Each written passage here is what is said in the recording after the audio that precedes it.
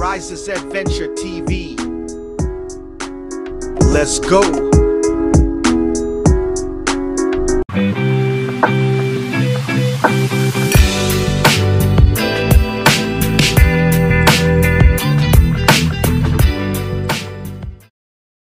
Good morning everyone! Magandang araw po sa ating lahat. For today's video naman ay samahan niyo ako sa aking lakad. Tayo po ay pupunta para magpagupit. At dahil nga summer ngayon, ang init, kaya gusto kong bawasan itong buhok ko kasi makapal na siya, tapos mahaba, at saka mabigat. Kaya kailangan ko na itong ipagupit para naman gumana ang pakiramdam. At bago ang lahat, check ko nga muna yung wallet ko kung meron akong pera. At saka, dapat ay dala ko yung residence card.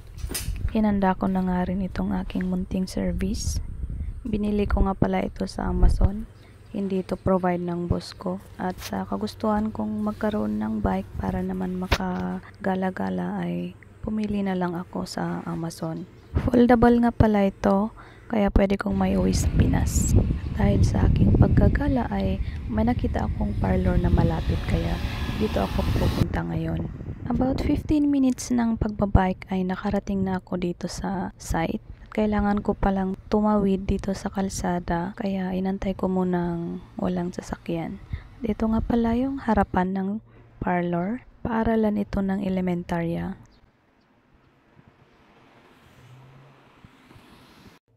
At andito na nga tayo dito sa parlor.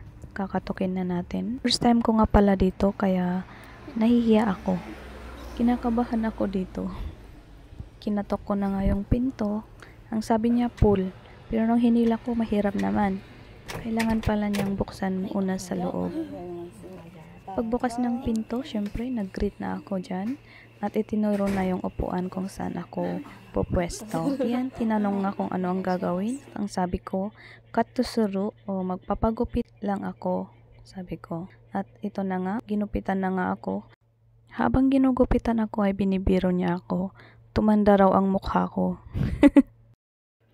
Tapos na nga niya akong gupitan at na-feel ko naman na medyo gumaan yung ulo ko.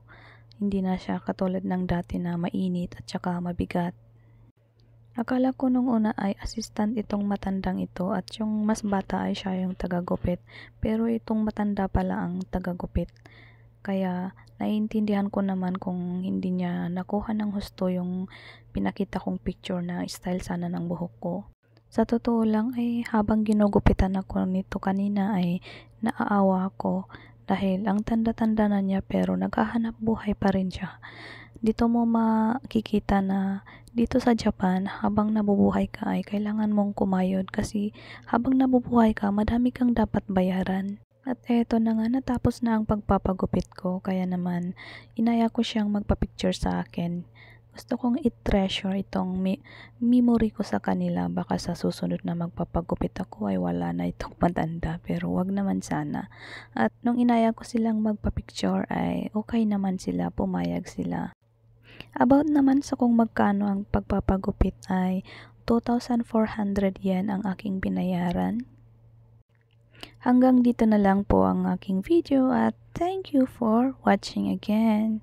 Kita-kita ulit tayo sa susunod na video ko.